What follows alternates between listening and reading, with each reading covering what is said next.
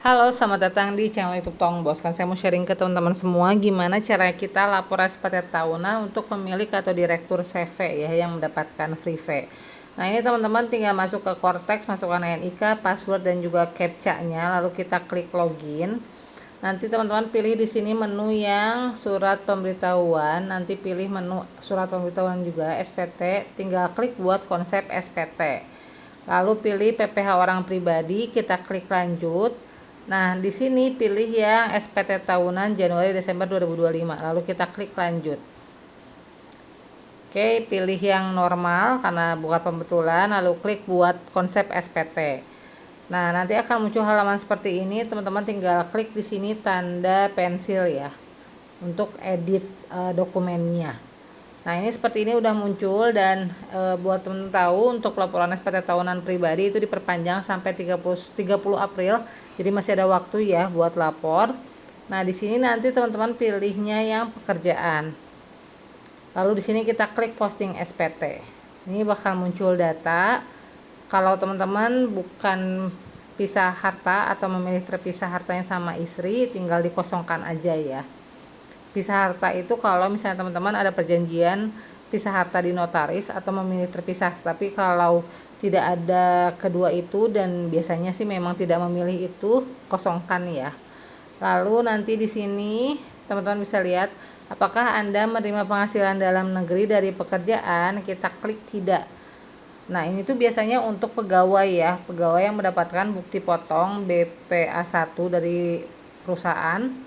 Kalau misalnya ternyata teman-teman direktur dan hanya pendapatan dari free V aja, kita klik tidak.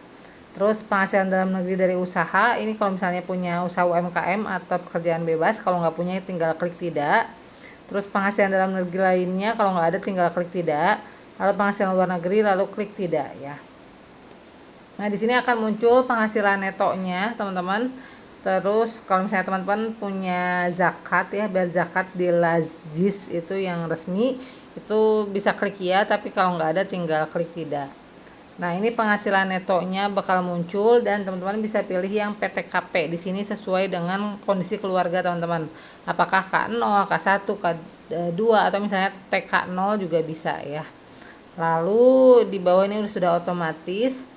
Nah, di sini ada kredit pajak. Kredit pajak itu kalau teman-teman sudah ada yang dibayarkan pajaknya selama Januari Desember ya. Nah, ini balik lagi biasanya untuk pegawai. Kalau pegawai itu perusahaan kan sudah motong PPh 21-nya setiap bulan. Jadi nanti bisa dikreditkan ujungnya SPT-nya nihil. Tapi kalau teman-teman memang tidak ada tinggal klik tidak, angsurannya juga tidak. Terus pengembalian kredit PPh luar negeri tinggal klik tidak. Ya, lalu nanti scroll lagi ke bawah dan teman-teman bisa cek lagi nih. PPh 25 kan enggak ya, tinggal klik tidak. Nih, apakah Anda memiliki utang? Nah, kalau teman-teman punya hutang tinggal klik ya ya, lalu nanti diisi lampirannya. Kalau nggak punya klik tidak. Lalu menerima penghasilan yang dikenakan pajak bersifat final. Nah, ini tuh diisi kalau pertama teman-teman punya usaha UMKM, atau yang kedua adalah teman-teman perpajakan dengan istri ya, misalnya teman-teman sebagai suami, istrinya memilih digabung pajaknya dengan teman sebagai suami gitu ya. Nah, itu bisa klik iya ya. Nanti teman-teman masukkan penghasilan istri di sini. Tapi kalau misalnya ternyata istrinya juga IRT, terus atau misalnya istrinya memang NPWP-nya non efektif gitu, jadi itu tinggal klik tidak aja. Nah, yang penting ketika free V ini yang poin 14D, apakah Anda menerima penghasilan yang tidak termasuk objek pajak. Jadi free V itu termasuk penghasilan yang tidak termasuk objek pajak ya, teman-teman. Nanti tinggal klik iya. Nah, di sini akan ada tulisan mengisi lampiran 2 bagian B. Nah, itu lihatnya di mana? Lihatnya di bagian atas ya, di halaman headernya. Teman-teman bisa lihat ini L2. Jadi ada induk L1, L2. Nah, L2 itu ada pertama penghasilan yang dikenakan pajak penghasilan bersifat final. Ini ya, saya ulangi lagi, kalau teman-teman suami istri, terus memilih digabung perpajakannya. Nah, istrinya tuh dari satu pemberi kerja dapat bukti potong bisa dimasukkan ke final. Gitu. Atau misalnya punya usaha UMKM bisa masukin ke final juga. Nah, nanti pilih yang L2B ini ya. Penghasilan yang tidak termasuk objek pajak. Nah, ini saya dapat kodenya dari konsultan pajak ya, 406, teman-teman. Bagian laba anggota perseroan komanditer, tidak ada saham, persekutuan, perkumpulan, free dan lain-lain ya. Nanti masukkan NPWP-nya, NPWP CV teman-teman. Masukkan sumber penghasilannya, nama CV-nya, lalu masukkan penghasilan bruto dalam 1 tahun. Nah, ini adalah free fee yang teman-teman dapatkan dalam 1 tahun, bukan omset CV ya. Karena kalau omset CV itu nanti dilaporkannya di PPh tahunan badan CV. Tapi ini kan kita lagi lapor PPh pribadi CV ya. Jadi nanti tinggal klik di sini. Masukkan uang yang teman-teman terima selama 1 tahun dan pastikan juga sudah memenuhi syarat. Pertama, memang dilampirkan juga si free fee-nya juga dilaporkan ya, dilaporkan di SPT tahunan CV. Yang kedua itu harus ada buktinya ya, ada bukti kalau misalnya dari pemegang saham sepakat untuk memberikan free fee sekian gitu ya ke pemilik NPWP sekian.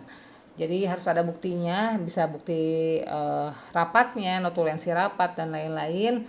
Dan nanti sudah sesuai juga penyerahannya ADART CV, misalnya diserahkan free fee-nya selama 1 bulan sekali atau misalnya 2 bulan sekali atau 3 bulan sekali. Nah, itu biasanya memang ada di ADART CV. Jadi itu yang pentingnya sih memang dilaporkan di SPT tahunan CV ya. Lalu kita klik simpan. Nanti statusnya bakal nihil. Nih bakal nihil. Teman-teman jangan lupa tadi di L1 di lampiran 1 juga harus isi harta ya. Harta teman-teman, terus misalnya saham juga kalau memang setor sahamnya aktif. Lalu ada kendaraan, ada aset tidak bergerak juga dan lain-lain ya. Ini setelah nihil teman-teman tinggal klik centang, lalu simpan konsep dan juga nanti bayar dan lapor. Oke deh, setelah itu nanti teman-teman langsung masuk ke surat pemberitahuan, lalu klik yang SPT dilaporkan. Ini udah muncul ya, SPT tahunan PPh wajib pajak pribadi Januari Desember 2025. Nah, ini kalau lihat bukti penerimaan elektroniknya yang PDF ini, tapi saya nggak muncul ya, udah ditunggu, akhirnya di email aja, kita kirim email dan bakal muncul BPS seperti ini. Ini kita simpan sebagai bukti kalau kita sudah lapor pajak. Oke, itu aja infonya, bermanfaat. Kalau teman-teman semua suka dan video ini, jangan lupa klik like, subscribe akun ini, dan kalau ada pertanyaan silahkan tanya di kolom komentar. Terima kasih.